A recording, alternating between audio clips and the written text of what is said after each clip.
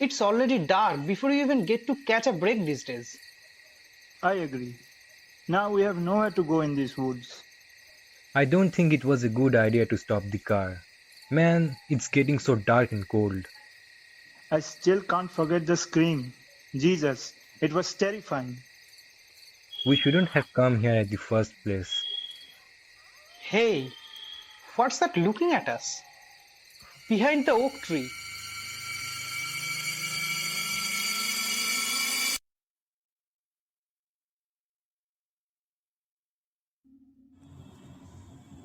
Welcome to GrayWorld. It's not black and white, it's all grey. Here we bring you stories of horror, suspense, and thrill. Grab a seat and brace yourself for a journey into the dark and unknown. So, welcome to today's story, A Night at Grand Mesa.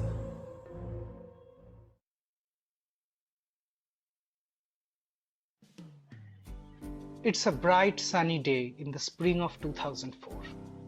Three friends named Stephen, Chris, and Noah are on an adventurous road trip to Grand Mesa National Forest, Colorado. Stephen is a freshman at Utah State, majoring in philosophy. Chris, his friend, is a physics major there. Third member of their gang, Noah, was taking a break and didn't join university because of his passion for boxing. Sadly, he didn't seem to have an impressive record in that department, so planning to join a community college soon. Woohoo! What a beautiful day! At least I have a break from the boring class of Professor Jessica. Trust me, couple of minutes into her class, you will feel like your life means nothing in this world. Oh man, you don't know the shit I'm dealing with. Come to Dr. Sebastian's mechanics class. I bet your brain will blast. No way! I'm good with my major. Don't dump your physics burden on me. I'm more than happy to enjoy some rock music. Have you heard the name?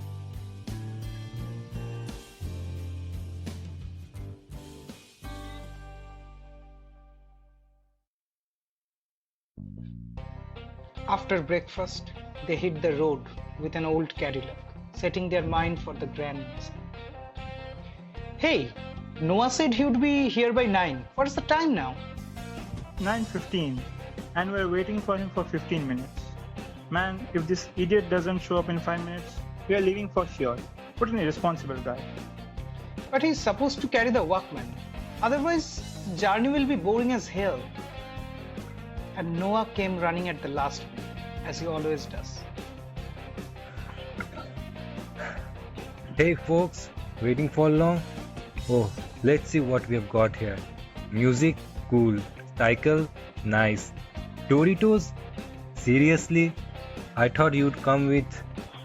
You guys forget the rule 101 of road trip. Yeah, let's not talk about that. Get into the car. We have miles to cover before lunch. On the way, they reached Salt Lake City in less than 2 hours, which was just 85 miles from Utah State University. After that came the overwhelming landscapes of Colorado, numerous mountain ranges, especially the western part spanning across the Rocky Mountains, are surely a treat to the eyes. The lush green beauty and mountains seem to be a perfect destination for weekend holidays. Until... Look, isn't the gas meter declining quite fast?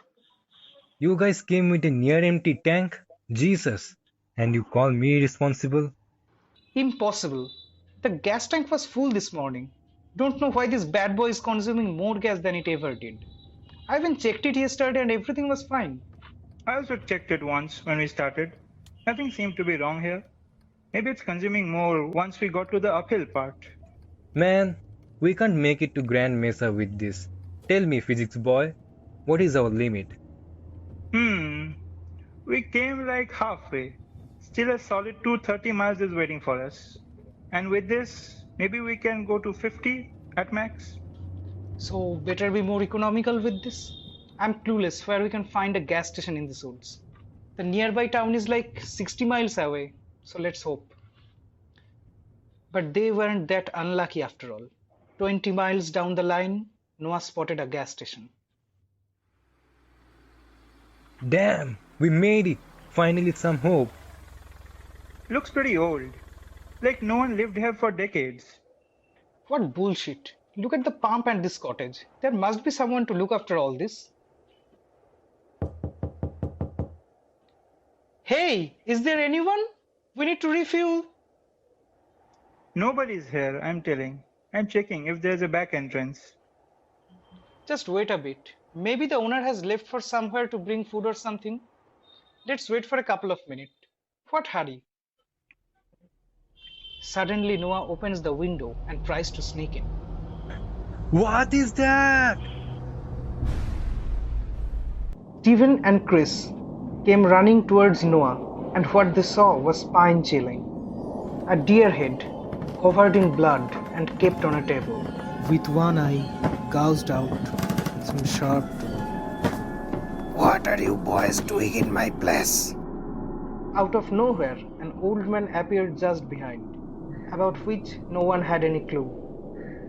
He looked no less than 60, had a fully grown beard on his face, walked slowly and bending, wore ripped old jeans and a t-shirt, and looked like some old chap alone in the mountain woods.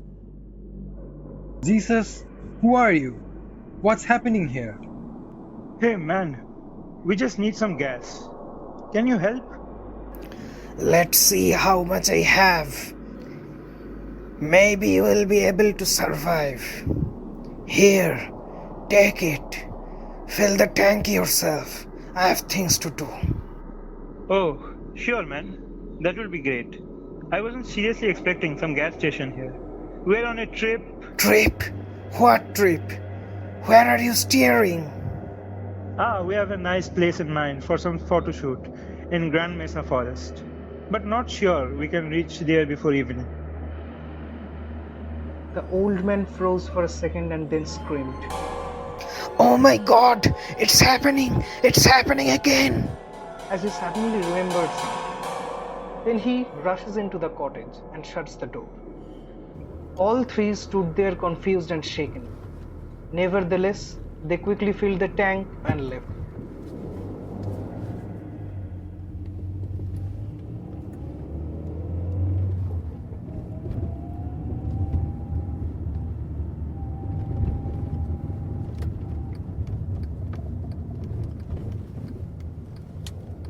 Again they were on the road. Chris was on the wheel, and the vibe of the forest and the sound of the beautiful Colorado River accompanied.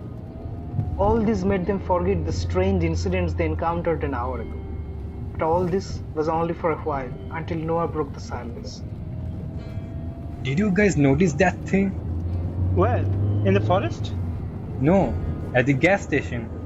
When I was peeking through the window and saw the deer head, did any of you notice the plate and the fork on which it was kept? What? Seriously? Yes, for a second I also saw it, but wasn't sure. When the old man appeared and all those screamings, man, I couldn't be wrong. I surely saw the plate and fork. It was dark inside. Moreover, the plate was of the same color as the table. Helped it camouflage. I don't know if the old fella killed the deer and was planning it for dinner, like raw flesh. Damn. You guys talking about it now? Over an hour passed since those dramas. Chill, dude. Eating deer head isn't a crime. What could we do anyways? Call 911, huh? Yeah, not maybe a crime, but creepy as hell. But I can fix an equation. How can a man be that old and hunt down a deer all by himself? There seemed to be no one living to assist. How strange. Before he could continue, at Thompson Spring, they spotted that from the next turn, the road divided into a shorter lane. They stopped the car for a while to decide. Hey, I know this way. It's a shortcut. The main highway will take longer. This narrow lane cuts the journey short by 50 miles at least. I came here a couple of years ago.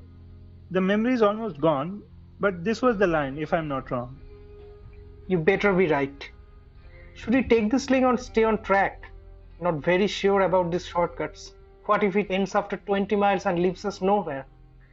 We can't go back and make it to Grand Mesa today then. It will be dark after 4. All of them decided to trust Chris' instincts and took the shortcut. They were driving and listening to Walkman music. The empty road and the deep forest, all was adding to the charm. Forest appeared denser after they took the shortcut. They started singing a Linkin Park song coming from the Walkman. Tired of being what you want me to Want me to be. be. Feeling so faithless, lost under the surface, Don't know what you're expecting of me. put under Under the the pressure. pressure of walking in your shoes. Suddenly, the music fades away. A broken noise started coming from the Walkman. And then,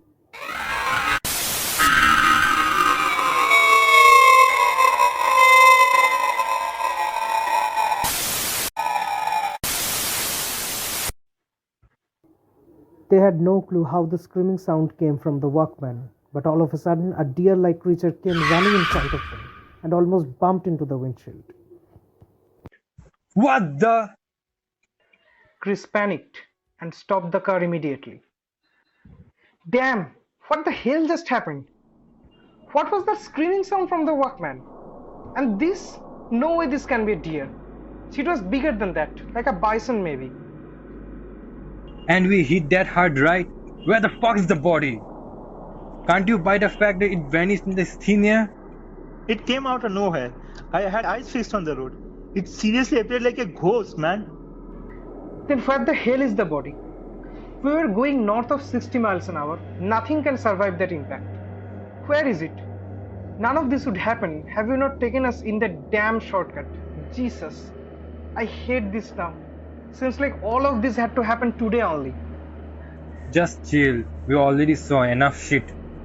Let's just reach the Grand Mesa somehow and get a place to crash in. We'll keep the plans for tomorrow, okay? We still have more than 100 miles and it's getting dark. Let's not waste more time looking for the body. But the worst was yet to come. Hardly 40 miles past, their car broke down. Oh god, again it's a fucking no man's land. Now tell me how the hell we can get along with this. It's 30 past 4 and we will be alone in the woods. No doubt it will be a freezing cold night. Wait, I know how to repair this beast from Dad's workshop. Gotta get my hands dirty and see if I can help. Till then, I'm going for a leak. I'm also going that way for a walk. My back throws sitting for long. In case you are done fixing this shit, horn loud. And then Chris started opening the bonnet to fix the engine. Meanwhile, Noah and Steven mind their own work. Noah was working in the wood and unexpectedly spotted something shiny under a willow tree. Look at it. What is that? Noah found an old wristwatch. He lifted it up carefully. The glass was almost broken in parts, which covered the golden dial and even had some dried blood stains on it. Strange. How did this get here? After carefully examining it, his surprise increased manifold. When he started to rotate the watch's crown, its back case almost fell off and a small piece of paper came out. The paper must be very old, and just like the watch, it was partially torn and had blood stains too. There was some symbol on it, with black ink and probably with shaken hands, because he saw that the stripes were not smooth. Noah suspected that he saw the symbol somewhere else, but couldn't recall. It looked like some ancient Greek symbol, but there wasn't much similarity either. He couldn't imagine why on earth someone would hide a piece of paper with a stupid symbol so strategically and then leave it nowhere in a deep forest. Hey, it's fixed. Hurry up. Noah quickly pockets the piece of paper and retraced his steps back to the car.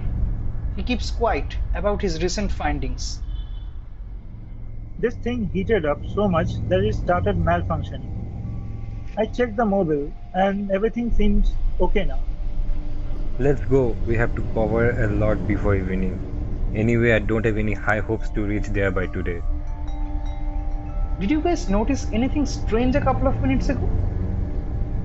Yeah, I've been noticing strange things pretty much the whole day.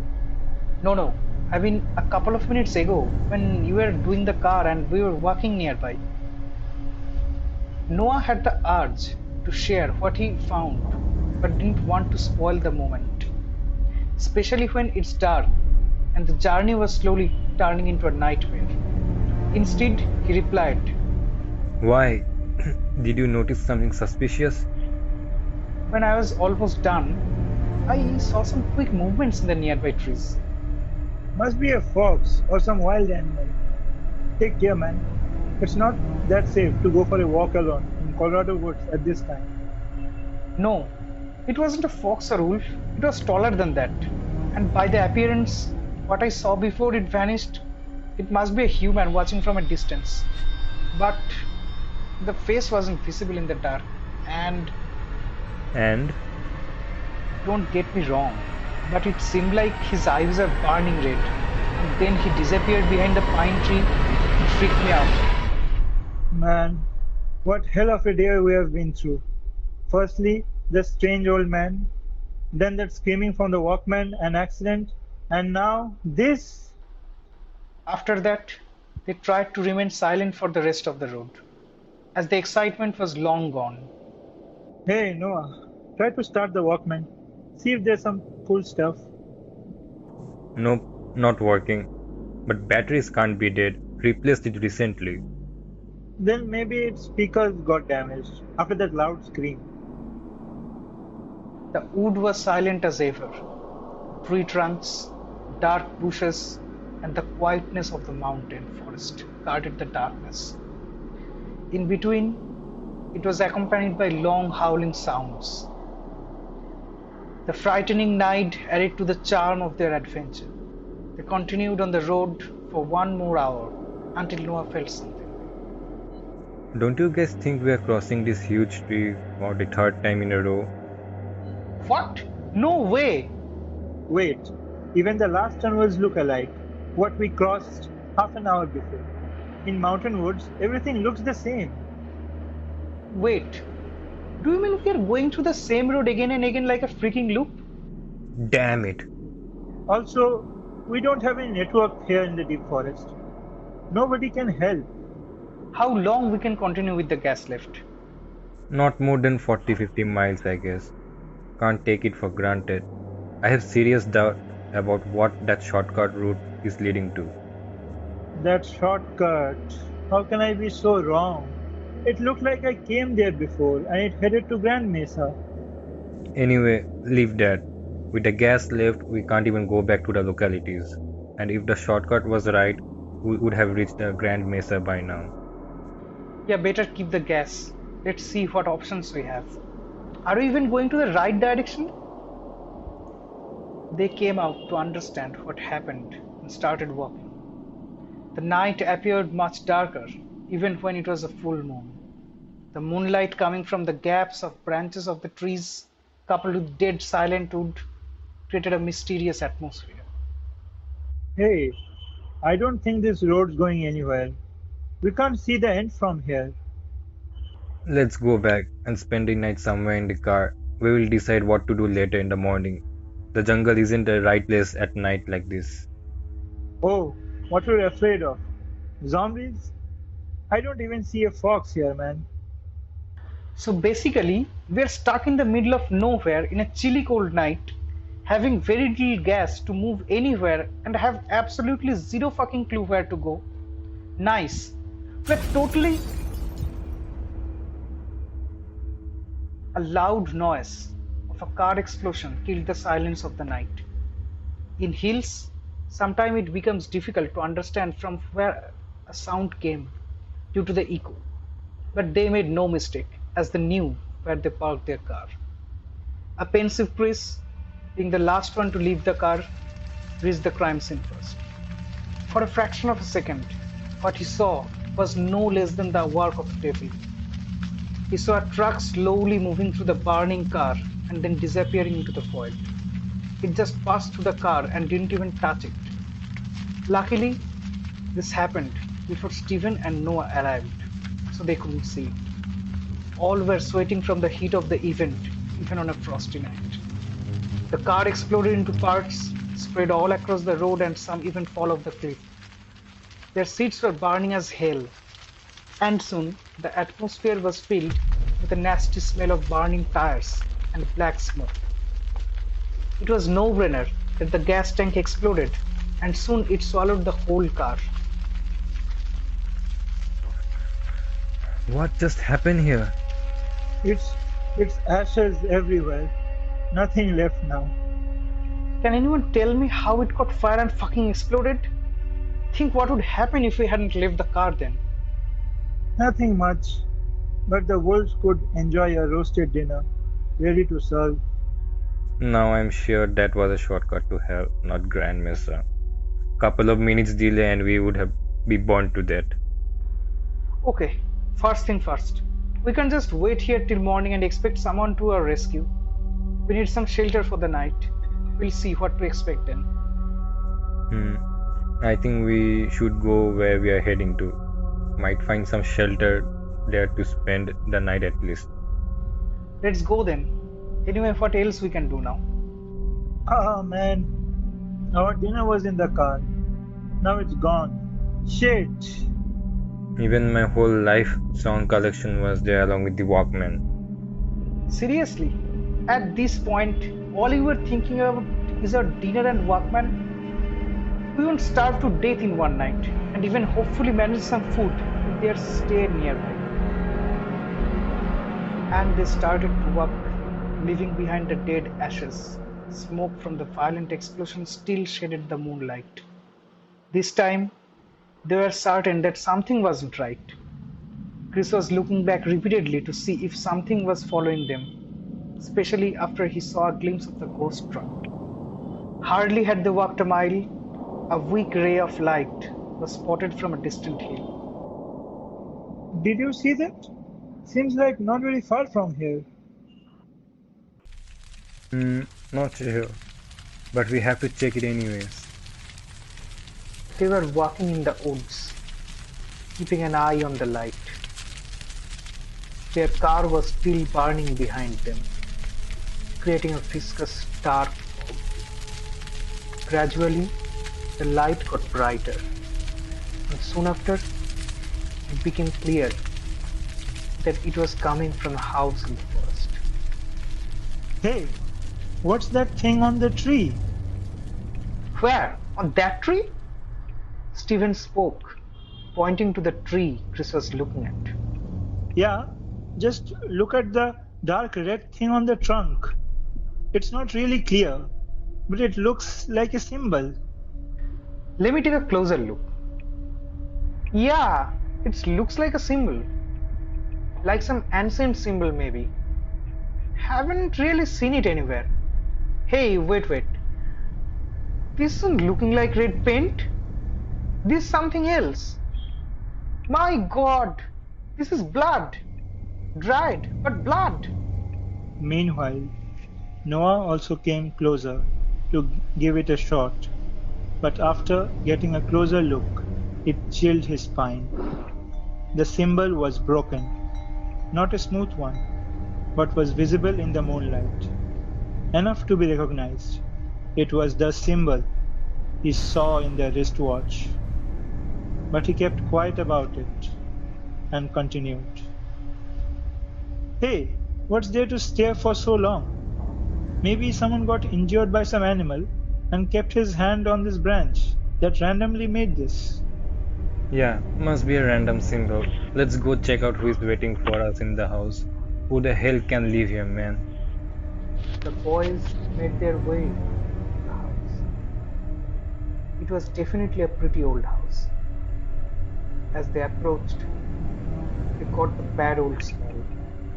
It was completely wooden, and the roof at the side almost fell off in some places, with parched leaves everywhere beside the house.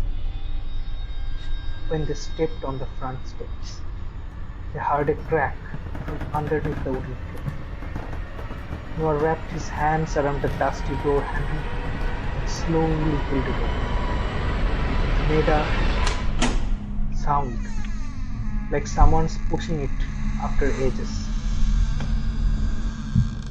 Looks like no one lived here for decades. Look at those dense spider nets. And here's a 2 feet heap of leaves everywhere, including the front door. Look at that window. It's hanging from inside. They entered the house, pushing the main wooden door in front of them.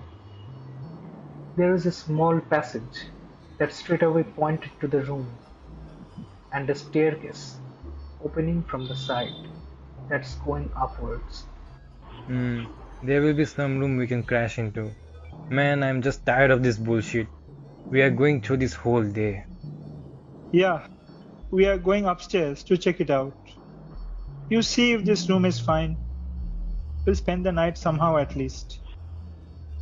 They managed their way upward in the dark.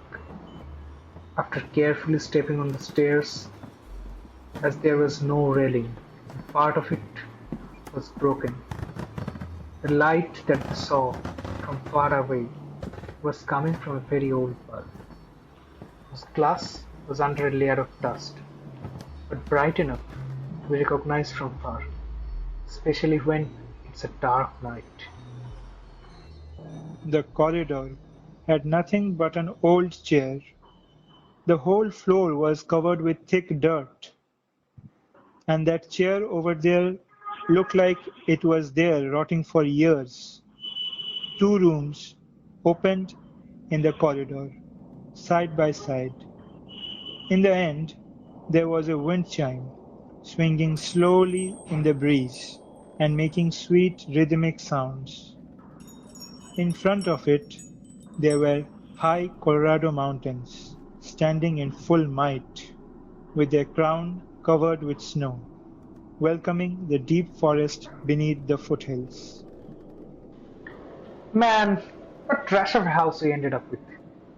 I mean, how was the guy running this place getting electricity in this forest? And besides that, how has this bulb been glowing for eternity? Fuck that, man.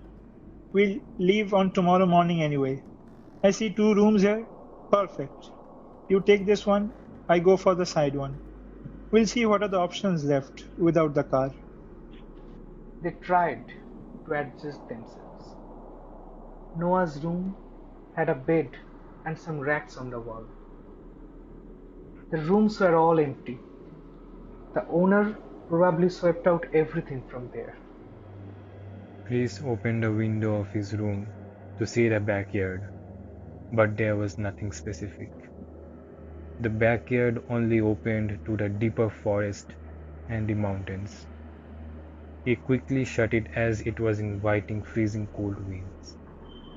They somehow managed to sleep and tried to forget the misery they had to go through the whole day. It was deep at midnight, somewhere around 1 o'clock, and Stephen woke up to something. He felt like his bed was shaking.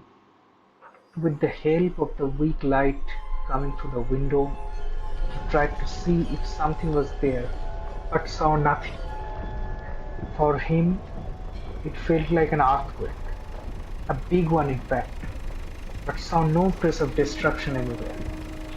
He came out of the room, confused, to ask Chris if awake. He didn't have to put in much effort. Chris was also coming out of his room and got startled to find Stephen there. Hey, what happened? You also saw something? Saw something? I felt like a massive earthquake there. Thought that the whole world was going to come down. My bed was shaking. Damn, man.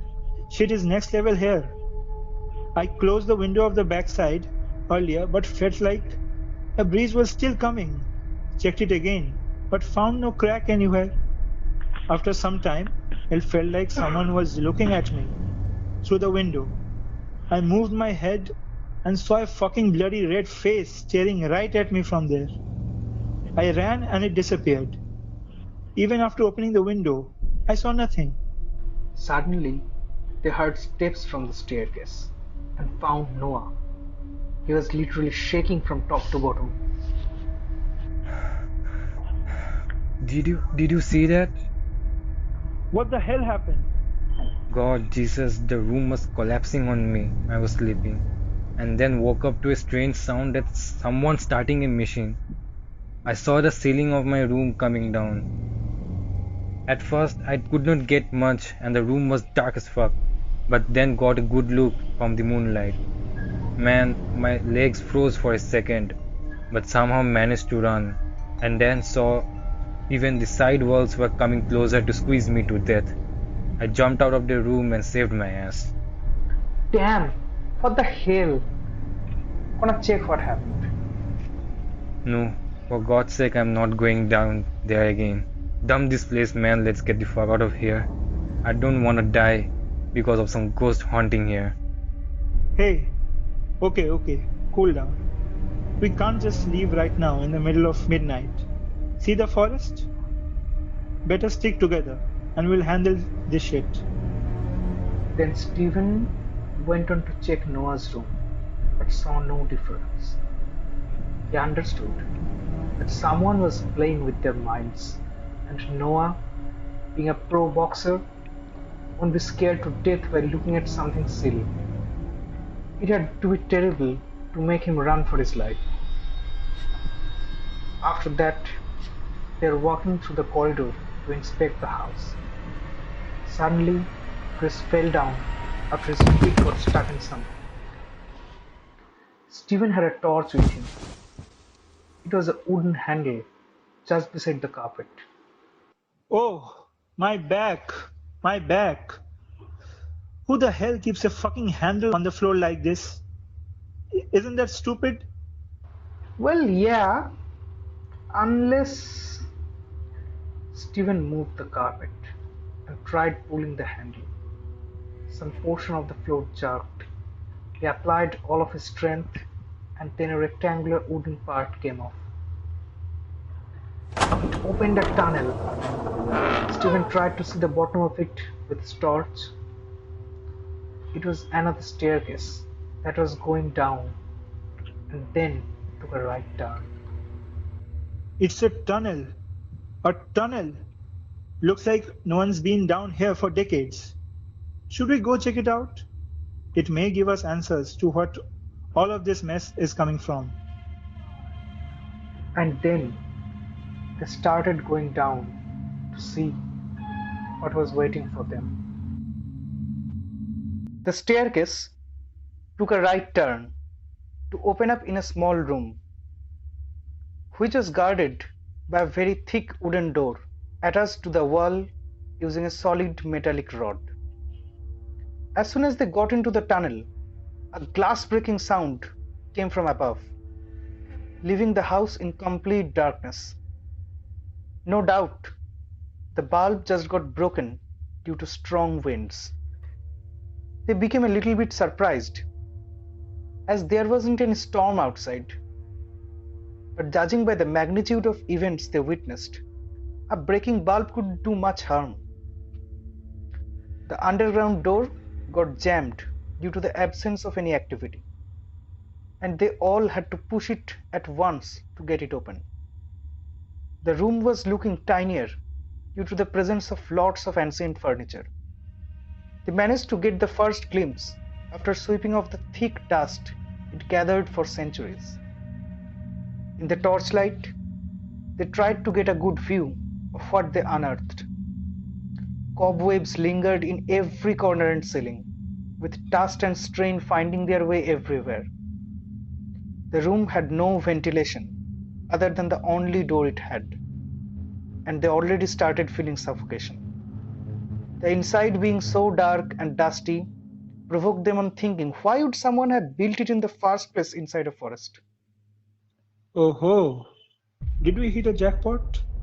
A treasure or something? Got to say that the ghost stuff we dealt with a couple of minutes before was worth it then. No, doesn't really look like a hidden treasure. Look at the furniture. I see no trace of gold or diamonds anywhere, and neither there any more secret passage from here. The ancient furniture included a broken table with some drawers and an old wooden bed. and chair.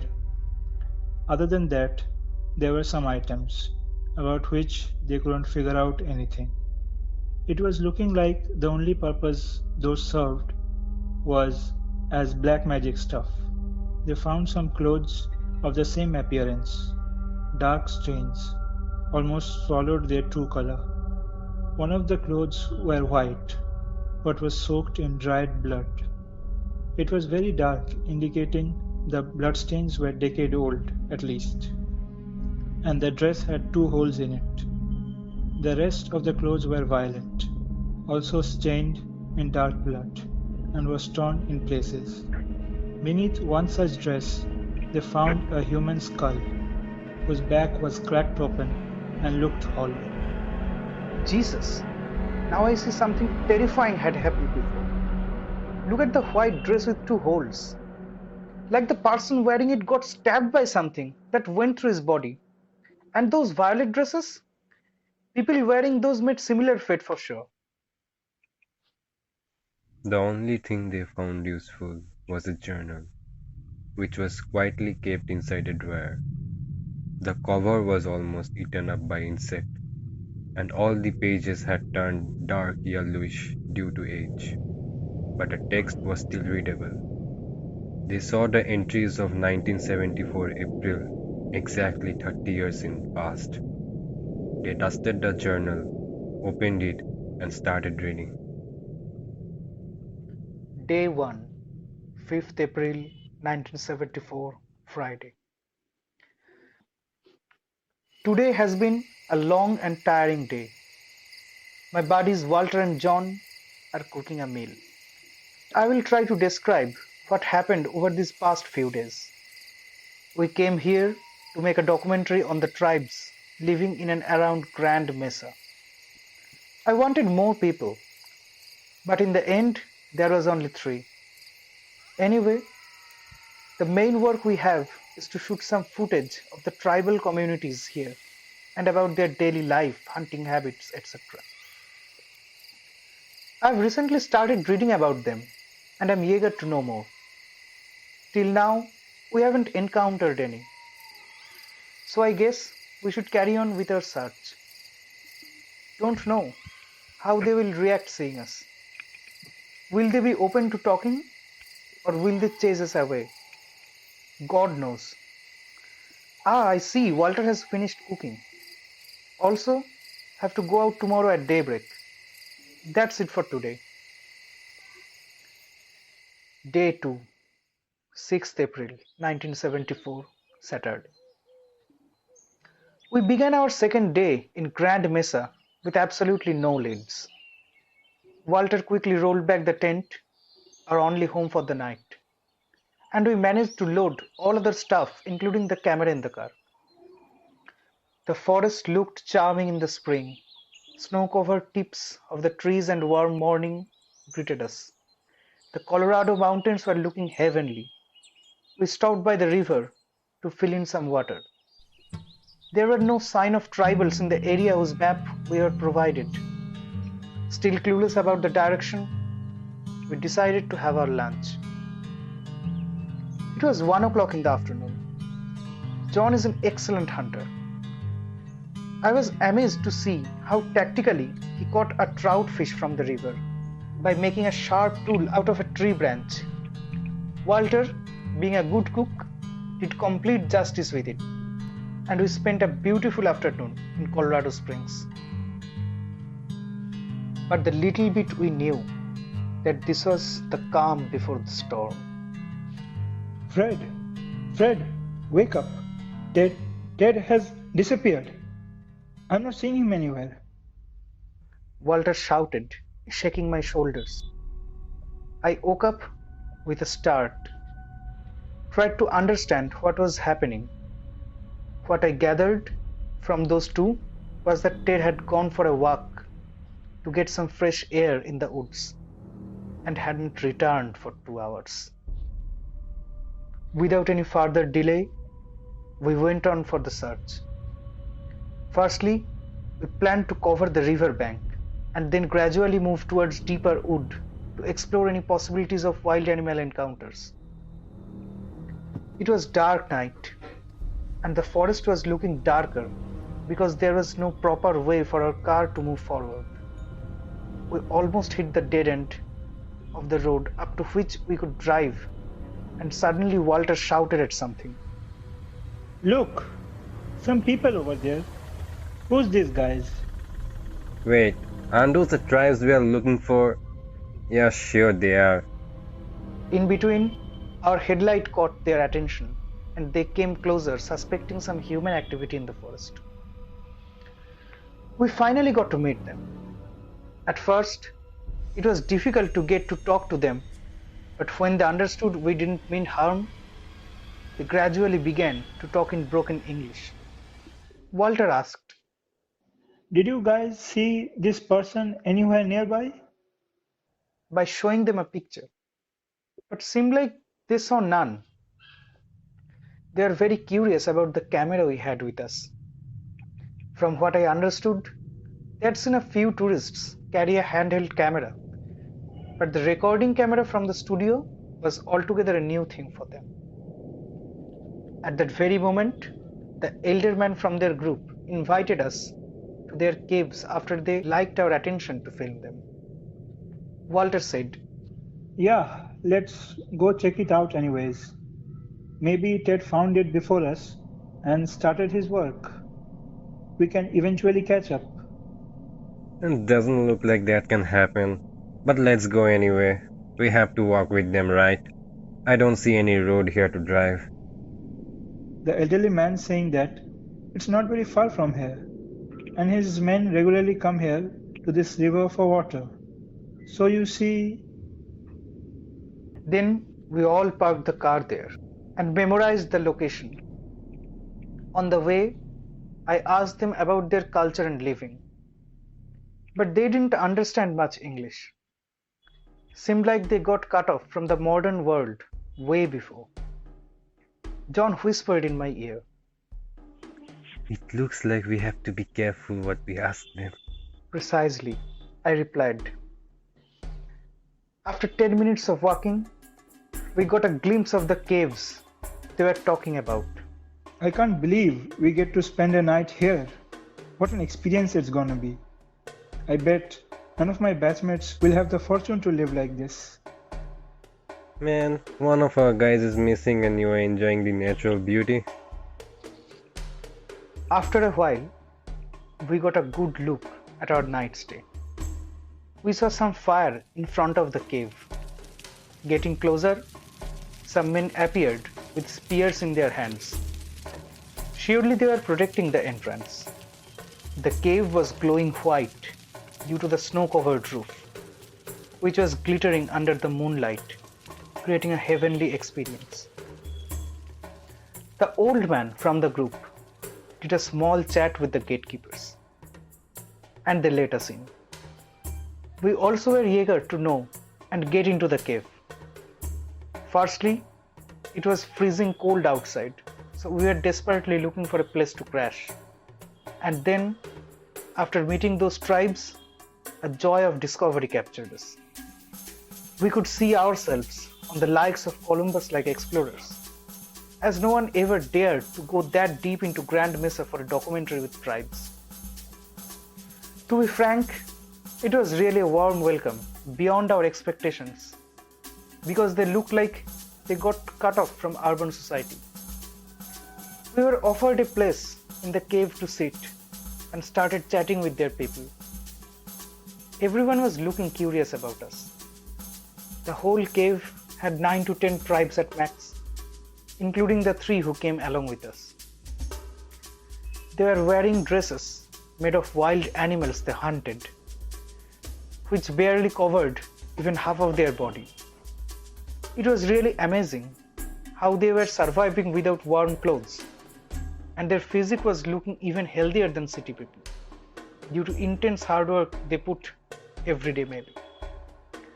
We showed them Ted's picture, but seemed like no one recognized it, and as a result, our anxiety kicked in. We tried to unite them for a full-scale search for Ted tomorrow morning, but they didn't look much interested either. Something wasn't right. The tribes were whispering in each other's ears after looking at Ted's picture. I understood there was some tension and changed the topic. There was no doubt a secret they carefully guarded among themselves. After the basic conversation was over, we were offered some soup, which we were going to gracefully deny until we agreed to have it. Another old person said that it was part of their culture to treat outsiders with this. And it wasn't a red soup either. The man said it was made of blood, which kept them warm in the winters. We had it and then thanked them for their kind hospitality. Also told them about our plan to leave early morning tomorrow in search of our friend, and they seemed okay with that. They made us a fine bed for sleep, just using some of the animal furs they had. And inside the cave, it was more than sufficient to cover us from cold. And every here and there, they had a fire in the mouth of the spears, standing against the rocky walls of the cave that kept the light glowing and sweep over the cold. The fuel of the fire was surely the animal fat, covered in fur, placed on top of the spears. My eyes are rolling with sleep. I think that was enough adventure for today. Oh, and one more important thing I forgot. They all had a symbol tattooed on their upper arm. I am curious if they consider it some sort of deity. Not sure if it was branded with hot iron rod or whatever, but it was deeply crafted into their hands. Here I am sketching the symbol for any explorers in the future if they discover the tribes. They read up to this, and on the next page of the journal, they saw the symbol.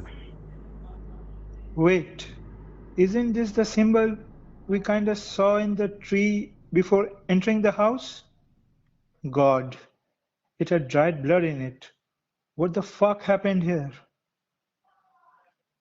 Noah almost jumped off and quickly took out the paper he found in the wristwatch. It was the same symbol. Stephen asked, "Holy crap, where did you get it?" Noah narrated how he got the broken wristwatch back in the forest when their car was broken. And why on earth are you telling all this now only? I didn't want to scare you guys. We were already going through crap, so I pocketed out of curiosity and thought to look it into later. That means the symbol was with us from the very beginning, just after we took the wrong turn in the forest. Oh God, does that mean the tribe spread here too? The place was literally 100 miles from the Grand Mesa. Hey, let's continue on this journal. It's getting really interesting. Maybe we'll get the answer to what's going on here. On the next page, they saw some dark blood stains on it, which continued on the later page also. With a setback, they started reading the next date entry. They saw some blood stains on the next pages of the journal. With a setback, they continued reading. Day 3, 7th April 1974, Sunday. I am penning this down with a broken heart, but considering it to my duty to document the miserable experiences we had. I don't know if this text will fall into the right hands or not. Who may put an end to this disaster and bring justice to our lost friends? But any hopes of me handling to this proper authority is diminishing. So does our chances of survival. The day started with John calling me. Fred, wake up. Did you see that last night? There was sunlight coming through a hole in the cave. From the side, I would clearly see a wooden plank roof of a house. You were talking about this? And I saw some of the tribes were going to that way to get into the house maybe. I cannot clearly see the entrance as the land took a bend there. Perhaps we have to hike a little from that side of the rock to get a clear picture. In the meantime, Walter started picking up whatever he had back there in the cave. it wasn't much, as we left everything in the car itself. I don't think Ted could be in the house. Had he been there, the tribes would have told us. No? Faster, boys. We have got to leave now. It's almost 15 hours, and we have no clue where he is. We're about to leave, and then the elderly man appeared, whom we talked to last night. Good morning, gentlemen. How was the night? It was awesome. The once-in-lifetime experience, we would say. But would have been better if we had our friend with us. But how would you find him after a night is already gone? He would have gone too far. There was a hint of sarcasm in his voice that caught me for a while. But then Walter continued. Today we have plans to search for him in the nearby woods. If we don't see anything, we have to get back to the city and inform the sheriff. Oh, and can you tell me if he would have gone there?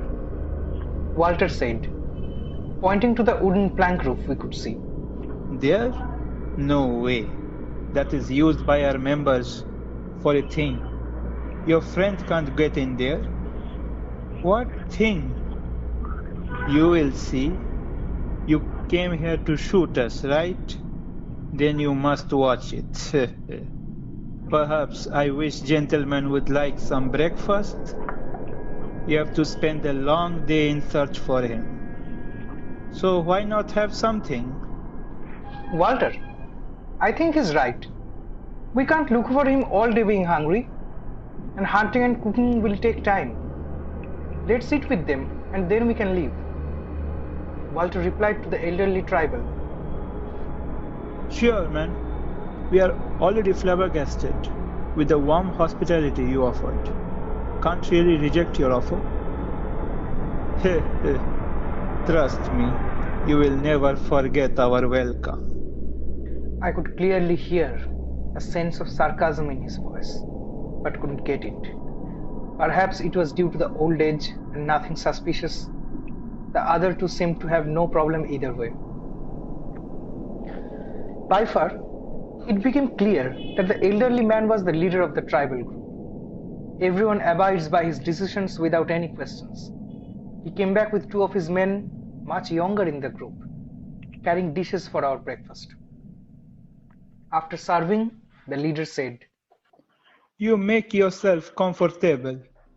Please accept this small gesture from us. And do give us a call if you need something.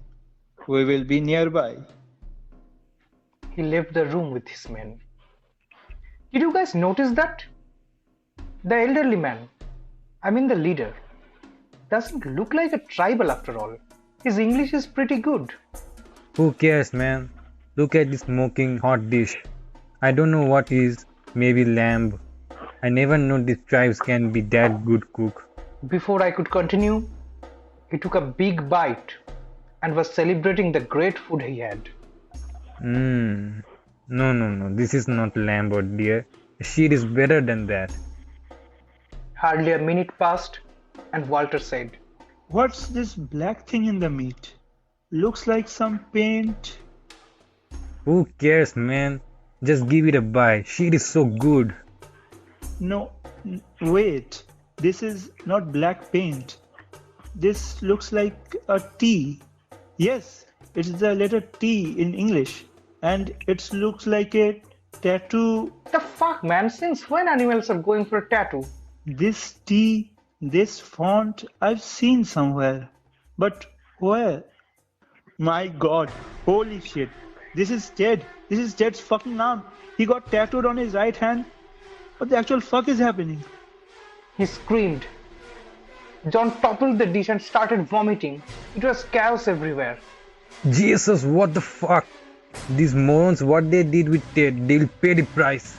The leader, his ass is grass now. Saying this, he started running towards the exit. Hardly he ran past the door, a sharp spear came flying and penetrated his legs. John fell down shouting in pain. He was then dragged back into the cave.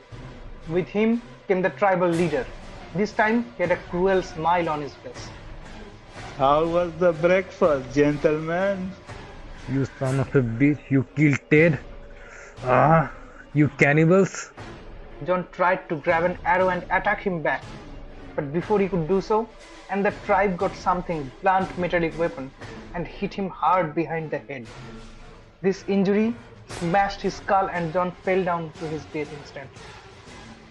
One of the tribe said, Senior, he is of no use. He is dead. the leader said, I see. and then asked him to leave using a hand gesture. You wanted to know where your friend had gone, right? Well, you just have him. He is here with you in these dishes. Gotta say, he tasted good.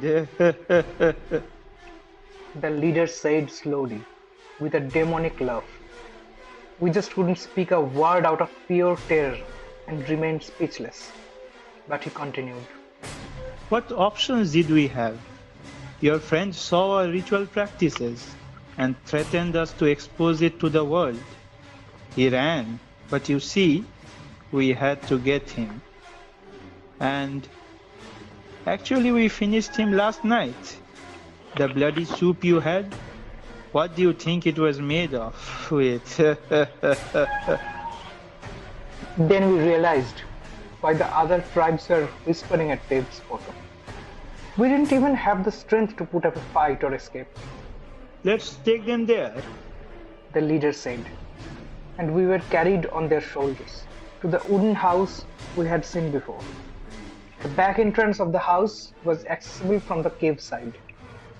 They were using it to get in and out. While we were getting carried, I saw the rest of the tribal members celebrating it by raising spears or arrows above their heads and dancing in joy.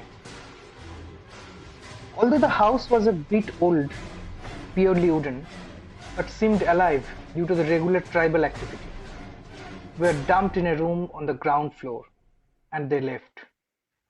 After some time, another tribal man came and handed us the stuff we came here with. Senior's order is to get succeeded in this ritual. We must return all your belongings before sacrifice. He said this and shut the door, keeping us clueless. In the afternoon, we heard them preparing for some ritual. There was enjoyment and songs everywhere beside the house.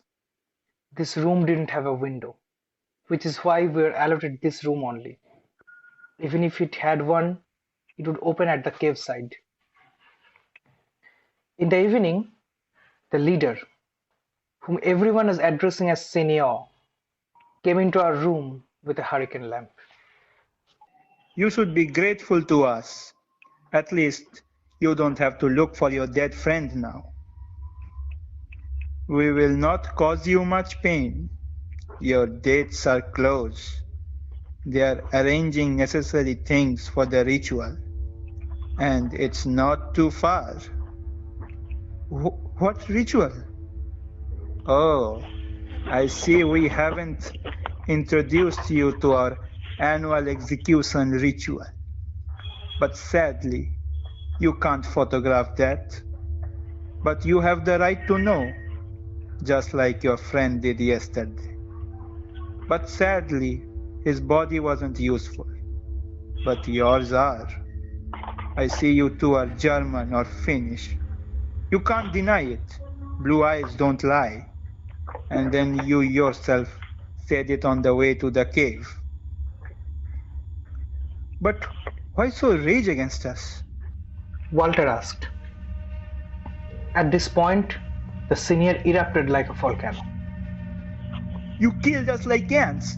Didn't show us any mercy, you Nazi Germany. The only reason my family died? We're a small group of people that survived World War II Holocaust, moved to States, and hide in deep Colorado woods here. Since then, we kept hiding in the Grand Mesa, disguising ourselves as a tribe. But why are you killing us? We didn't cause you any harm or killed your family. You or your forefathers, I don't care, but you are the Nazi blood. Now you have to pay the price of every life we lost, with every drop of your blood because of your damn genocide. He gasped and then continued. My wife was already dead. I tried to escape with my 5-year-old son. He got caught. I begged to spare his life. You didn't listen. And time has come. Once in 5 years, we find people with Nazi origins for the sacrifice, only performed by a group of highly skilled men. And if we do this time of the year, our ancestor spirits who got killed get some peace. Then he kept on talking about how they do it according to their laws their ancestors told them, and how a particular moon position is essential for the sacrifice. They had their own calendar for this kind of stuff. Your date is close. April 9th, Tuesday, according to your calendar. Don't worry, you will get done with your tiny, meaningless life. Before sunrise on the day, be peaceful. We'll offer you a much painless death. Just in front of this room, we have an underground chamber to lock and suffocate you to death. Just like you Nazi bastards put us in the gas chambers. Be thankful we aren't giving you slow and painful death. We could if we wanted. The guy over there guarding the door can remove every bit of your skin with a sharp knife, while keeping you alive to see it with your own eye. But we don't like it. Our forefathers wanted unharmed body, without any bloodshed. But in case you try to escape or hurt yourself and become useless, you know what happened to two of your dear friends. At night, they served us some fruits and water. A man came and put those in front of us, shut the door, and left. Day 4, 8th April 1974, Monday. I'm writing this in the afternoon because I don't think I have much time left, but feeling this as my responsibility to undisclose what happened here, with countless innocent lives lost for some stupid cult practices. This time I woke up before Walter. He was sleeping more for depression. He completely lost any hope of survival and didn't even dare to escape because of the threats the senior delivered. He fell sick and caught high fever at night, and murmuring torn words like, Ted? Oh, Ted, oh my God, that was Ted's arm in my hand. They killed him. They'll kill me. We'll die. Nobody will find us. Can't escape.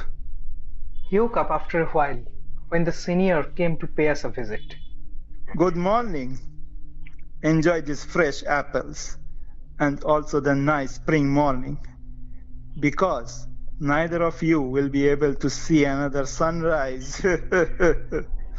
Also, you are well aware of the consequences of trying to escape, so don't even try it. You know what? There is an ongoing legend in our own religion. Whoever tries to put an obstacle in the process dies a horrific death, even if it's the person to be sacrificed. So, enjoy your short stay and live like there's no tomorrow, because there isn't one for you. After this, the day had been pretty much dull. I'm trying to inspire Walter to hit a plan and act accordingly, to have the last shot. But he's broken. I don't know, only Almighty can save us now. Day 5, 9th April 1974, Tuesday. What happened today was no less than an epic battle for existence. I lost everyone in this, and probably won't survive to tell the world about this myself, but still keeping it all here. At night, after we had our dinner, Someone tied our hands with a strong rope, following the orders of their senior. He did it in such a way that our legs and hands are tied at our backs, totally immobilizing us. After everyone left, Walter tried to get back his lost strength. In the weak light of the kerosene lamp, he saw a sharp edge of a wooden wall and managed to untie his rope with it.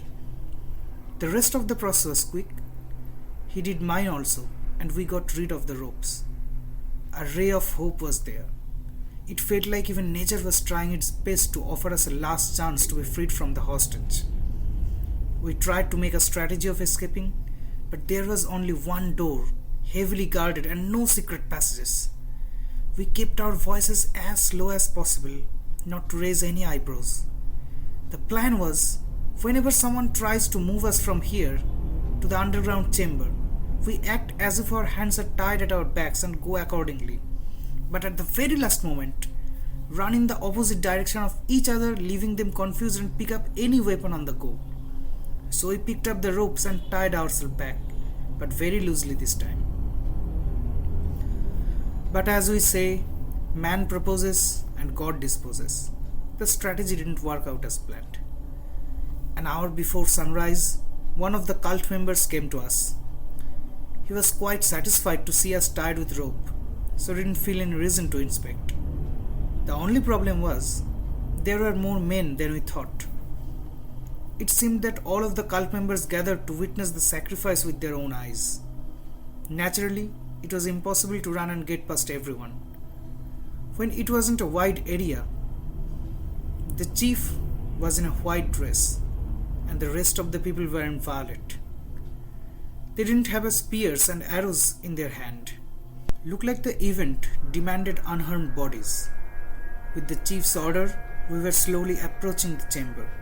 It was a wooden part embedded on the basement. One of the organization's members opened the part, and there was a staircase going deep and took a right turn. Not lying, that was the darkest room I've ever seen, as the staircase went down straight to hell. Before the execution, which they call sacrifice, the chief once again started his trash talk. Be glad that your worthless life is getting some purpose. Your soul is going to be dedicated to our forefathers.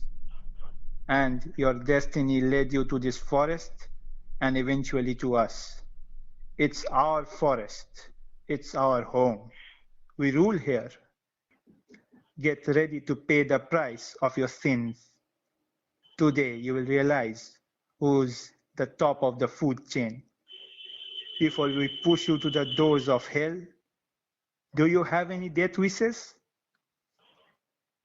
Yes, I do have one. And that is, you die, bitch! Walter bent down lightning fast, grabbed a spear, and pushed it onto the senior's chest with his full force. It went straight through his heart in seconds, causing a stream of blood spitting out from his chest, splashed out on our face, and the senior's body collapsed on the floor. The sheer suddenness of the movement stunned everyone present there. Without wasting any moment, I grabbed an arrow from the nearby wall and hit hard anyone on my way. There was almost 6 cult members other than the senior. We had weapons and quickly finished most of them. Meanwhile, one of the members got hold of a spear and attacked Walter back. He also tried to bounce back and speared him within his chest.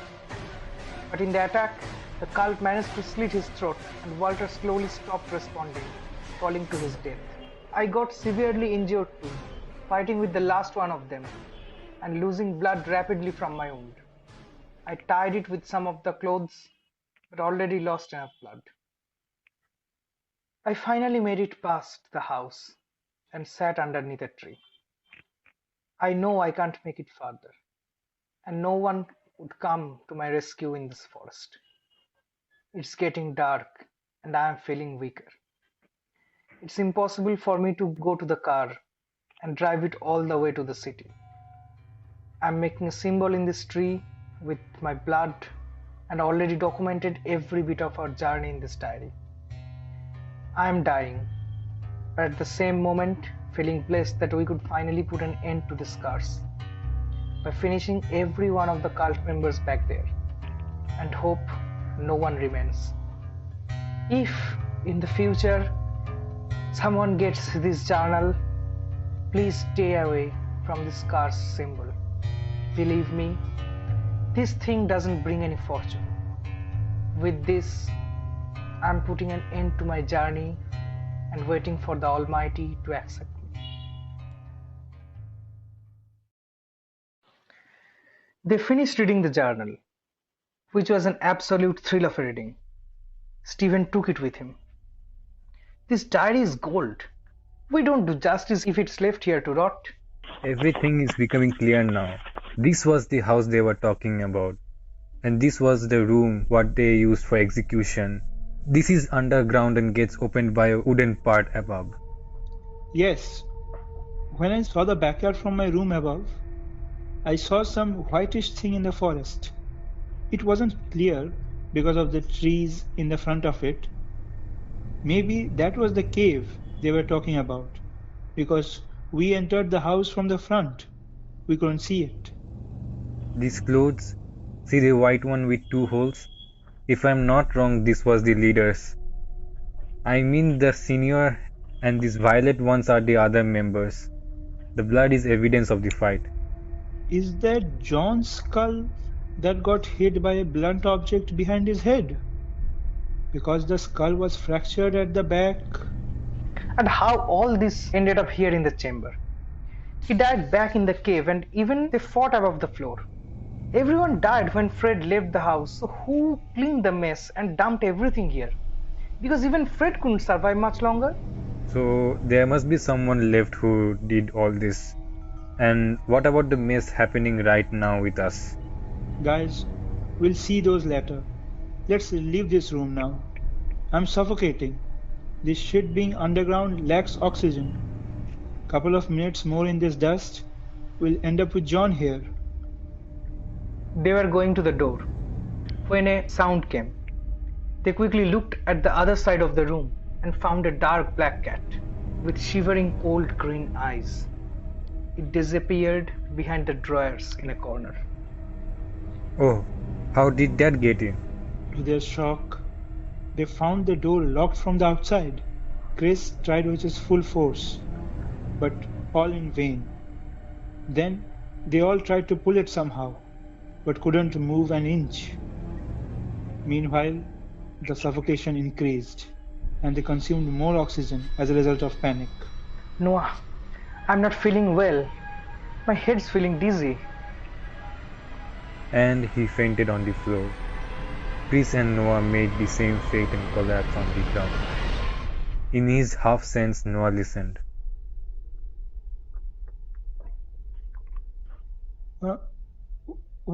What's this? Noah, stop it. Oh. Chris woke up to some water splashing on his face. He saw some blurry faces. Gradually, it became clearer, and the first person he recognized, the old man from the gas station.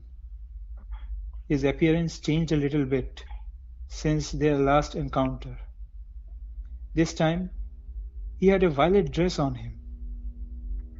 Chris became clueless about when he appeared and how it all happened. Stephen and Noah were sitting just beside him. It was clear they got up minutes ago. Hey, young man, you all right? A little bit. We were in that room, right? Yes, the room. If all were going to get sacrificed, you've been down there for some more minutes. Yes, but how did you... What happened down there? What's all this happening?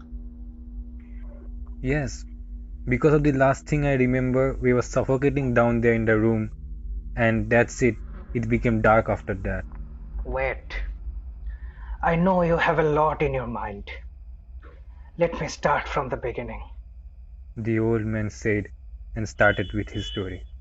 30 years ago, there was the same night as of today. It was the same stars that guided me here. You know, long before, here in this deep forest of the Grand Mesa, there lived a community hidden in the tribals. I was one of the members. What community? We were a group of people who survived the World War II Holocausts. The world has never been nice to us. Hitler, the mad dictator, killed our people like ants. The hell was real. I was a 3-year-old child when this happened, back in 1943. My mother managed to escape with me on her shoulder, but never made it. She handed my responsibility to a very trustable person with whom I grew up. He was the leader of a community back then who were trying to protect their family amongst this mess the world created. He kept me hidden from the world's eyes and took us all the way to here. Legends say that he had to enter America from the Mexican side. Somehow kept this identity hidden and made it to the deep forest, which locality is called the Grand Mesa. They were astonished and kept listening to the old chap story. Days and years passed, and I grew up with them. There wasn't my mother with me. In fact, most of the people died on the road.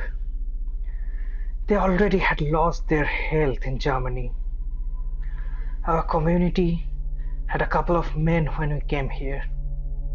Some of them managed to move to cities after the war finished, and the rest remained here. I see I don't have much time to explain what made us us, but I'm going to tell what you are facing. You know, our community has its own religious belief. Some practices were normal, but some were violent. I was never much enthusiastic about all of this, and they also didn't force me to do anything. But being grown up with them, I saw it all. They performed a brutal ritual every couple of years, actually 5 years, and sacrificed people with Nazi origins. Their practices, well, what the modern world calls black magic. I really never took an interest in their culture. Days pass, and I was witnessing more and more deaths. The man who rescued me, people called him Senior. He tried to teach me all those though. He paused and took a deep breath to continue. 30 years ago, a group of 4 people came into this forest for some camera work. One of their guys got into our hands and got killed. Later, the rest got captured too. And then... Wait. I think we know what happened next. You know? How? Chris told him in short about the diary and what they faced since stepping into the forest. Ah, yes, the diary. How can I forget it? I'm telling you what's not written there. As I was there when it all happened. On the day of the sacrifice, at the midnight, the senior told me to go to the river and get some holy water for the ritual. Meanwhile, he and the other men planned to wake them up and prepare for the sacrifice. I went to the river and didn't know what happened back there. When I returned, I saw the guy. What name did you say? Yes, Stephen. He was lying dead beneath the tree just outside. I took his body with the diary and came back to this house just to find a massacre. It didn't take me much to realize that a fight broke out at the last moment. killing all the people present. I quickly realized that I had to go, put these bodies into graves and cleaned up the mess. Tried to remove all traces of the group from the house and the cave also. I removed their clothes and dumped those in the underground chamber. Also hid the diary below there so that no one finds it afterward. I didn't want the world to know about our dark practices. I don't have much time, so keeping it short. After dumping those bodies, I breathed a sigh of relief. As the community was finished, it's not like that I wanted them dead, but I wanted freedom from this life. I saw opportunity, left the forest, came to the city in a hope to start a new life. But without any formal education, I couldn't do much. Couple of years of struggle, and then I managed to open up a gas station in the Colorado, the one you saw there. But what do all these have to do with us? Why stupid things are happening to us? Because the curse isn't over yet. I thought it has gone, with the people resting in peace in their graves, but I was wrong. The ghostly spirits weren't satisfied. They demanded sacrifice, but got obstacles in the process. That's why once in 5 years, they get active and try to hunt people they want. It was the same night 30 years ago when they were getting killed. And you ended up here by luck. Fate took you here. You took the wrong turn and ended up where you shouldn't be in the first place.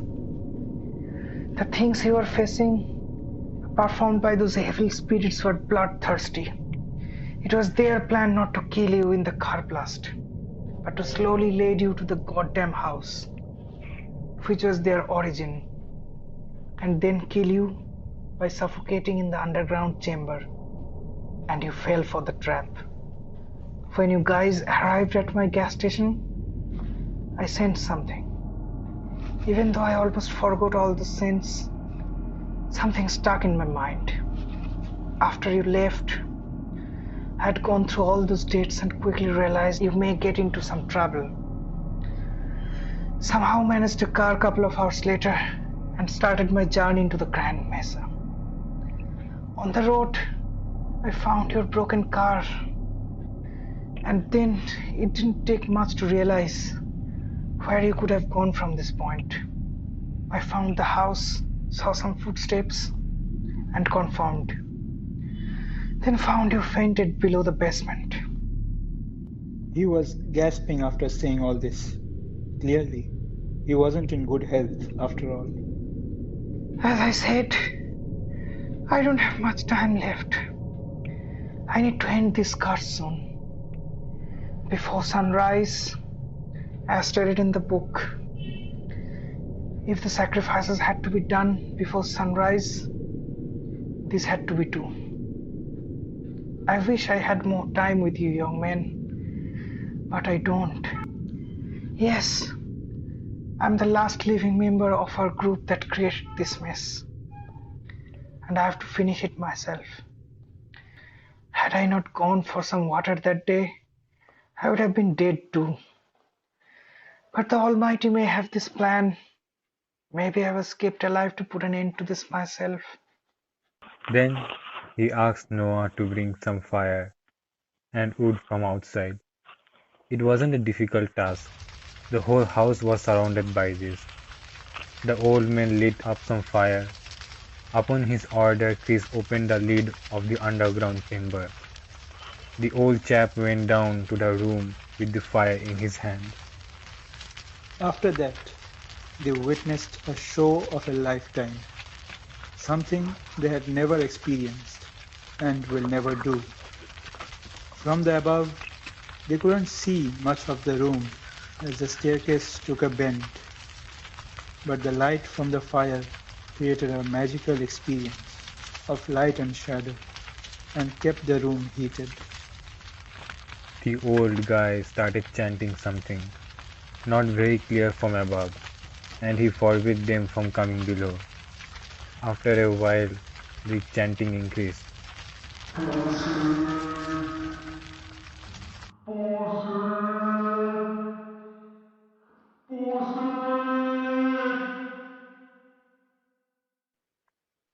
Suddenly, he lit up the whole room. The furniture was set on fire first, and it quickly swallowed the whole room. The old man tried to leave, but could not. The fire spread like lightning fast and ate everything on its way to quench its thirst. They saw some absolute form of horror. Two hands from the fire rose up and grabbed the legs of the old man and dragged him back into the fire, burning him to death. The creature whose hand it was wasn't visible from the bend, but the shadow they saw dried their blood. The fumes coming from the burning room, coupled with the man's shouts and his chanting, took their breath away. Being a wooden house, the fire was quickly spreading. In no time, it touched the above basement and was spreading like wildfire. They left the house and ran past it, and this time entered the backyard. Stephen left with the diary in hand. That was the only thing he managed to keep with him from the cursed house. They remembered the curse that was written in the diary. Whoever puts an obstacle in the ritual of sacrifice dies a horrific death. This time, it was the old man who saved them, and he met his destiny. The house was burning behind them. The flames were gobbling the whole wooden architecture from one end to another. This time it turned up like absolute beauty as the devil was burning down to its ashes. In front of them, they saw the sunrise. It was still under the horizon. A couple of steps ahead, they found the cave they were talking about, but decided not to enter that, as no good things happened there. As soon as the car got discovered with its key, by which the old man appeared, they breathed a sigh of relief and got into the car. After a long time, they saw a ray of hope of leaving the forest. The night has not been nice to them. On their way, after 5 minutes, they found a broken abandoned car with a big heavy camera in it. They stopped for a while and realized the matter. It was the car mentioned in the diary, by which the four had appeared 30 years ago in the forest. The car had lost its paint long ago, and its parts are almost dusted. What a misery they met! Probably at this point, they got off their car and went with the tribe to their cave. And we very well know the rest. The game fate plays with these people. After a while, they discovered the river, which was accompanying them on the whole journey. They splashed some water on their faces and got freshened up. Hey guys, what to do with this journal? Are you thinking the same? I think that would be the correct thing to do. We have to immerse this here.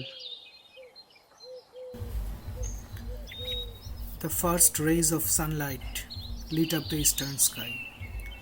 It pleasantly touched the soothing voice of the flowing river, creating a heavenly atmosphere. The Colorado mountains welcomed the rising sun with its snow-covered tip turning golden red. By the time the fumes from the burning house lowered to the point of extinction, and dust and ashes took their place, the night took away even the last trace of the terror with it. The violence was gone, the destruction stopped, and a calm nature covered the whole forest. They all agreed that there is no need to unleash a new horrific past in the world, as even the last trace of the tribals is no more. There was no clear instruction in the diary about what to do with it. as it was to avert the travelers from the cult society. But as the old man said, the world has seen enough. They all thanked the Almighty for giving them a chance to witness the limitless potential of what some unstoppable forces of nature can offer. The things they had gone through in a night were beyond the boundaries of myth and legends. The stage of Colorado was bloodbathed with the soul-crushing epic drama that was played 30 years ago. On one night, they realized how insignificant they are in front of the invincible. Bow down to the nature, bow down to the Creator. Long live the Grand Mesa, long live the legends and all those countless sacrifices that led them to their destiny. Some stories are better unpublished.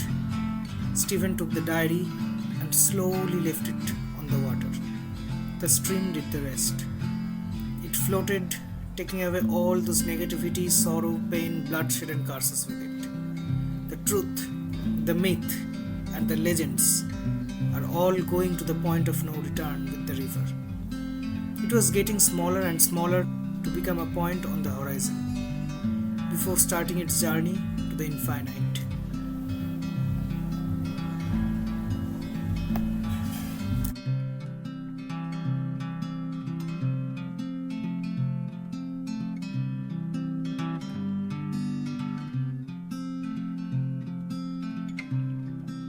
Hey people, that is it for today.